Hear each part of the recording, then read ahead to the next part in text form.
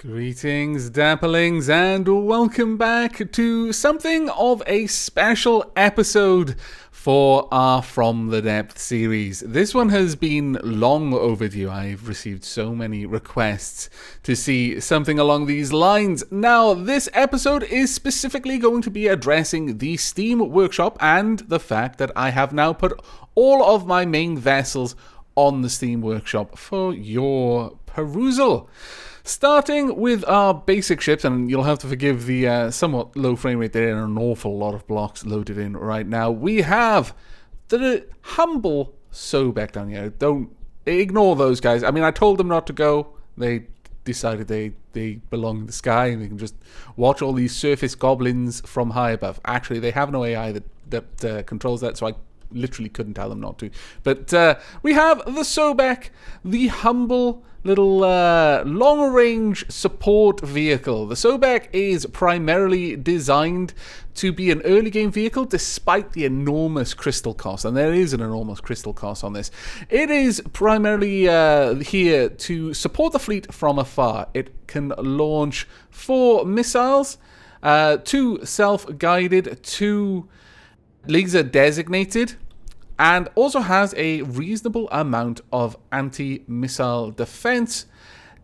It isn't really a frontline brawler. It should generally be fairly far away from the fight, but it has some moderate protection from glancing blows with these shields, but the limbs are quite vulnerable. This is not something you should be taking into a pitched battle, but a couple of them together can actually perform quite well. Now, the next one. Where are you, my beauty? You're down here somewhere, aren't you? Have you run off?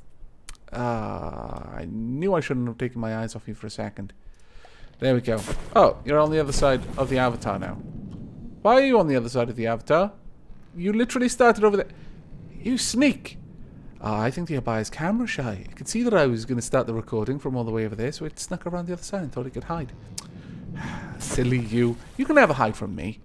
But here we are, the Abaya, with its twin torpedo system, quite long-range torpedo system, actually, and those torpedoes pack quite a punch.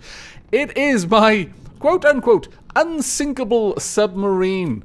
It has laser-guided torpedoes. It is primarily here as a support vessel, a construction and support vessel.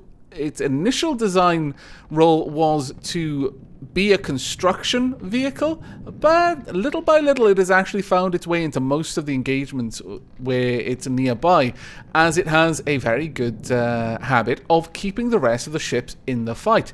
Again, it uses a plethora of advanced control blocks, or rather automated control blocks, to control its depth.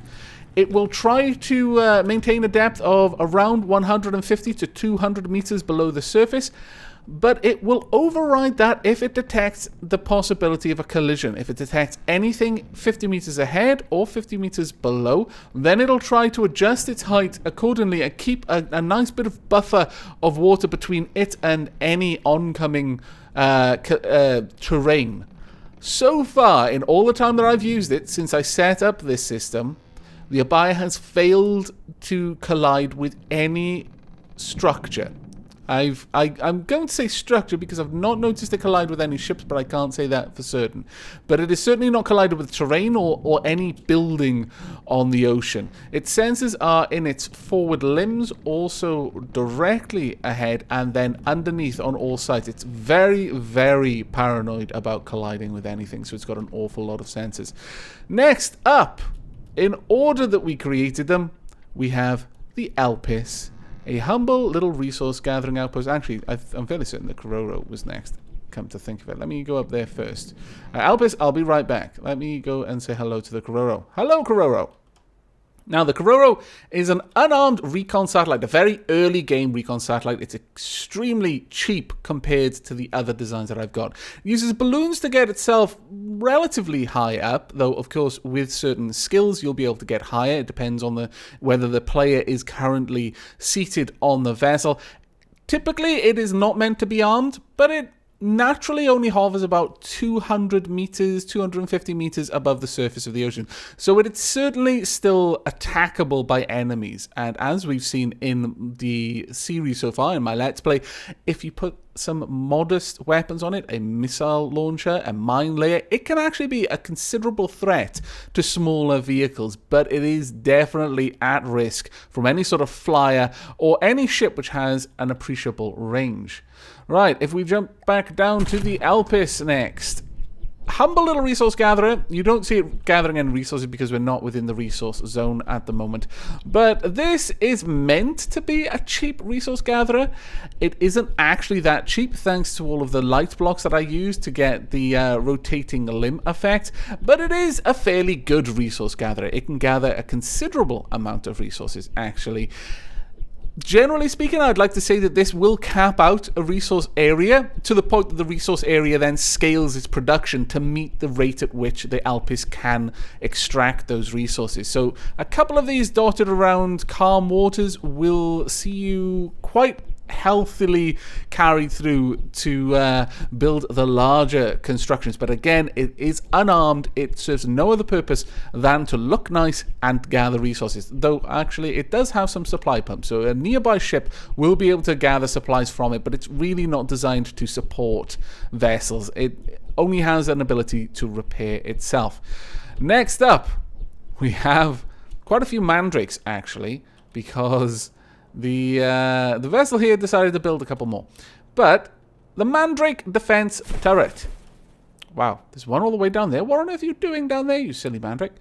But these Mandrakes are here to provide torpedo defense for structures. You can either have a fortress build it as we have here, or you can build them individually. They can operate on their own. They have a very, very slight ability to repair internal damage, both on the bottom and the top, because the Mandrakes are more than likely going to be split in half.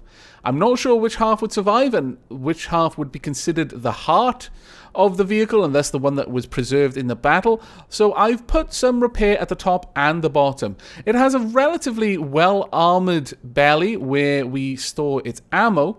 It also has the ability to provide modest repair support, but really these were only added there for the aesthetic, the Mandrake root kind of effect. Also the same with the rams. They're really not there to actually do anything other than look nice. It does have a rotating top. Again, it's got a missile designator beam, but once more, not there to perform any purpose. These torpedoes are completely self-guided, but they are fast torpedoes and they can get out to a fair old range. Got 3 torpedo propellers and a single fuel tank. That will take them quite far.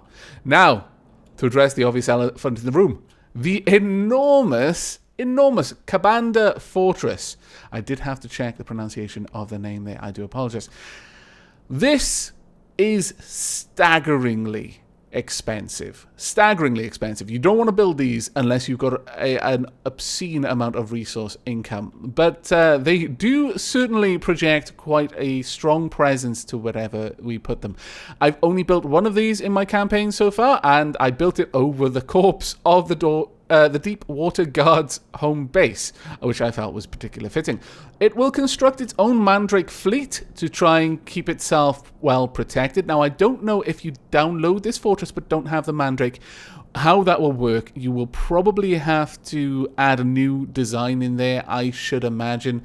I don't believe that this will work if you don't have the Mandrakes. I don't think it'll just build nothing. But you can easily create a defense turret of your own if you don't want to use the Mandrakes. Now, it has a considerable amount of repair capability. It also has a modest ability to gather resources.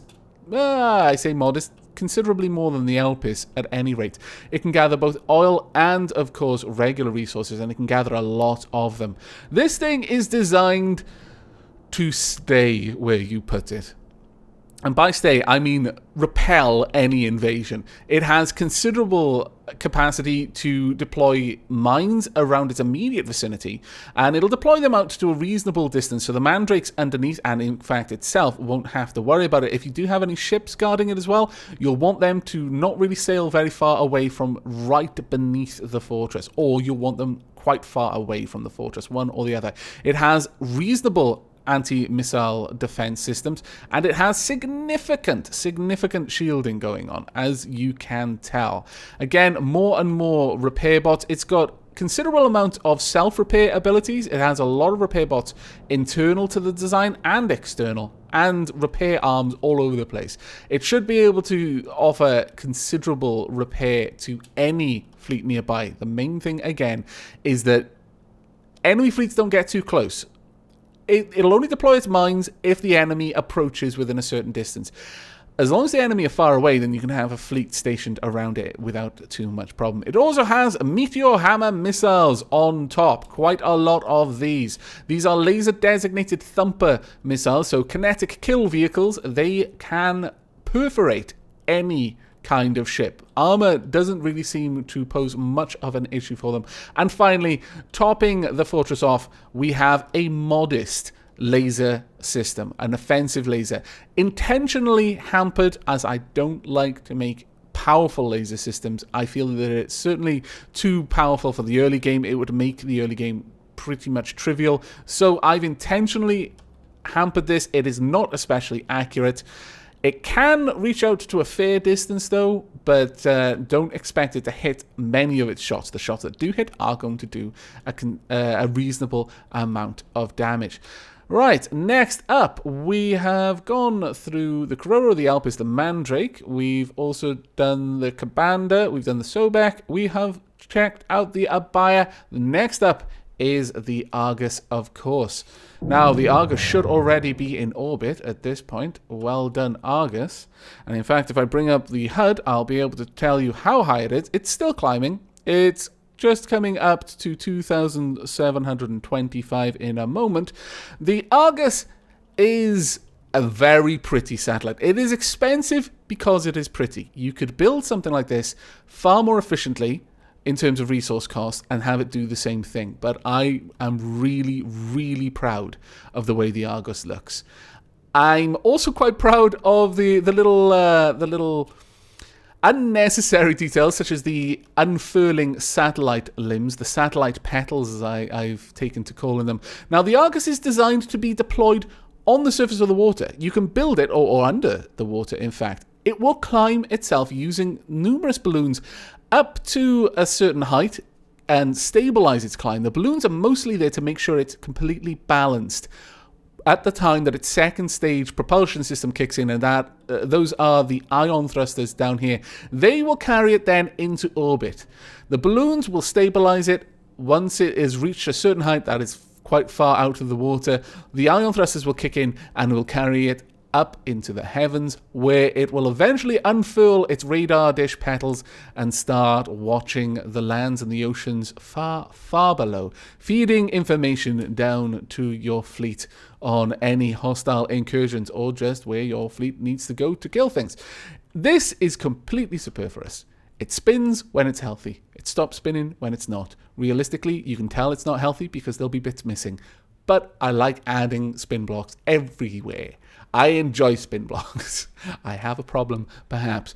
Now, this episode is also a part of a tutorial. I've covered the ships that we have in the sky.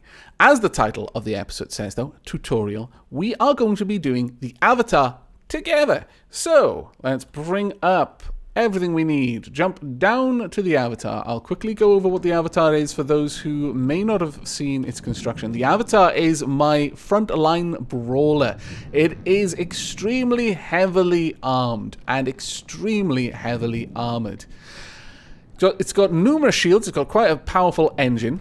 It's got a missile defense system and a lot of backup nodes as well, so it's hard to take this down, but it's mostly the shielding that keeps it going in the middle of a battle, as well as significant amounts of armor. I have been noting that in the campaign there are a few spots where I could add some extra shielding, which would go a long way to protecting the Argos, and I may well do that at some point, and if I do, I'll update the workshop blueprint. Now, the Argos, in terms of armament, it has some rams at the front, so so if it does manage to collide with anything, that thing will probably come off worse for wear. It has 6 torpedoes, 3 on each side. These are self-guided torpedoes, but they can reach a moderate distance out. It also has 3 cannons on each side, giving it quite a considerable broadside. These are no joke. If they start firing on something, they're going to do an awful lot of damage to it. We also have a meteor hammer style missile system for taking out aircraft. This is primarily designed and prioritized for attacking air targets. So it will attack surface targets, but generally it's not going to get that close. Usually the Avatar has engaged, has killed even the surface targets long before it was within range to use this missile system. But this is mostly there for very fast aircraft. Finally, and by no means least, we have the AA gun. Now this thing is unintentionally awesome. This weapon by itself wins most battles against surface targets, against air targets, against God. It doesn't matter. This gun can do a considerable amount of damage. The Avatar's AA system is quite possibly the most dangerous part of this ship, unintentionally so. It can destroy any enemy regardless where it is. Aircraft are absolutely doomed coming up against this thing, but even ships don't fare too well simply because of its enormous rate of fire. But with that all said and done, it's time for us to add the Avatar to the Steam Workshop, and I'm going to demonstrate how to do this because I've had a few questions on how to add things to the workshop, how to download them. So we will be checking out downloads in the last part of this episode. So first, you want a nice screenshot. For that, I recommend you hit F9 to turn off the HUD, so you've got a nice screen there, and then hit F12. You'll hear a little ding. That means it's taken a screenshot. Everything will slow down a little bit so you can kind of see the... you can have an opportunity to take an even better screenshot if you're trying to take a shot of something like our fortress over there with spinning blocks. If you hit F12, everything slows down, right down. It does take a screenshot, but you can still take more screenshots while it's slowed down, so you can get that perfect shot if you want. Once you've done that, it's time to leave the editor, leave the vehicle designer. So it will come straight out, then you go down to Vehicle Workshop down the bottom here. Manage Publish will allow you to look at anything you've already uploaded, but we want published specifically.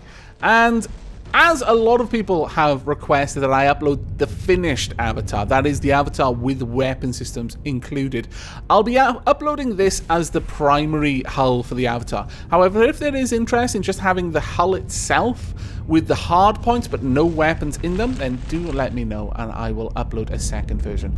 But here we go. You select out of your blueprints what you want. So we want the instance of the Avatar, which is the armed Avatar. Now this is all of the details for my other vehicles. If this is the first thing you're putting onto the workshop, then none of this will be filled in. All you need to do is you need to type in a name, asset title.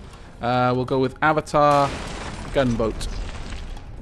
Now I've already prepared, and I recommend you do this, a bit of a description. I like to put a lot of details into my uploads, into my workshop items. So we'll select all of that and then paste. Here we are, and for the sake of it, I'll read through it. Allow the might of the Avatar to quell the raucous opposition of your enemies and bring peace and prosperity to the ocean. Because obviously, you know, it is named after Avatar, and I get the impression that Avatar is a nice guy who just doesn't want to fight, just wants everyone to get along. So, you know, the Avatar is really misnamed.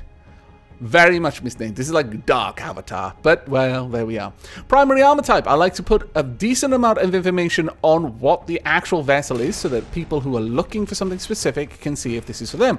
Primary armor type is metal, heavily armored and shielded, and armed with an anti-missile laser system. The Avatar is designed to fight on the front lines and project its presence into all 3 theaters of war: air, surface, and ocean. Weapon systems: rapid-fire explosive armor-piercing AA cannon, 6 long-range self-guided torpedoes, torpedoes, 6 broadside cannons, 3 to each side, high-gauge explosive armor-piercing, and dual AA missile system. The Avatar is a ferocious frontline brawler able to sustain staggering levels of damage while continuing to fight on to win the day. While a significant effort has been made to prevent damage being sustained, even with enormous sections of the hull cut away, the modular internal design means that the ship can remain afloat while retaining use of any weapon system not directly damaged. Now, a lot of people have said, why are you using so many AIs? Well, we've seen why I use so many AIs in the Season 3 campaign.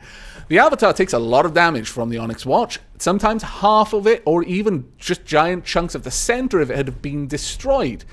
If I was using a central AI system, all they would need to do is that, and all of the weapons would shut down. But with the Avatar as it is, you need to kill every weapon system individually, or it's just going to keep fighting.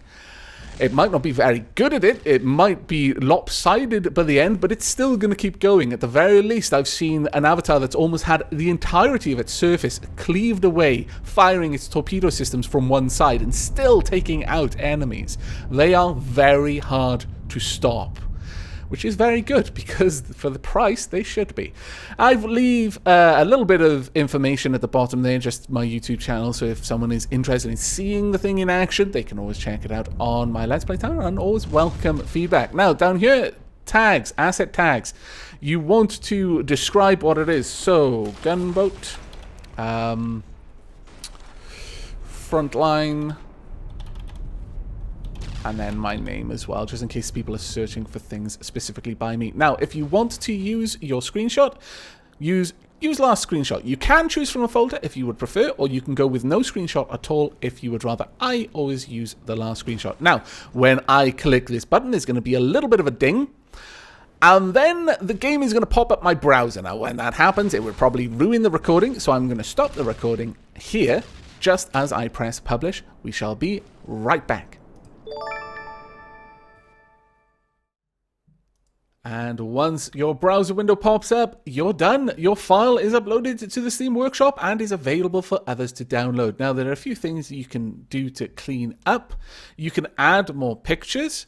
You can do a few things to make sure the formatting is correct. In this case, it is correct because I cut and paste. I tend to keep the formatting in a text document outside of the game. It makes it a lot easier for me to then use that as a template. But you can do things like adding your name to the end of the title. Again, a little bit more easy for people to find your content. And you can also add a couple of links like Twitter, YouTube, other social networking sorts of links. But you're pretty much good to go at that point. So this concludes our tutorial on how to upload ships to the Steam Workshop. Now, if you haven't already checked out the Steam Workshop, there will be links to all of my ships on the video description, but do consider checking out other people's stuff as well. Specifically, allow me to draw your attention to Rosefall. Now, anyone who is familiar with Robocraft will certainly be familiar with the name Rosefall. I speak of them very highly because I think they do awesome work. And to their nature, they do awesome work in From the Depths as well. Now, they do have a YouTube channel. I will include a link to that in the video description below. But look at some of these fantastic designs. Specifically, check out the Scorpion gunships, which are modeled after the gunships in Avatar. They look amazing and actually work amazing too.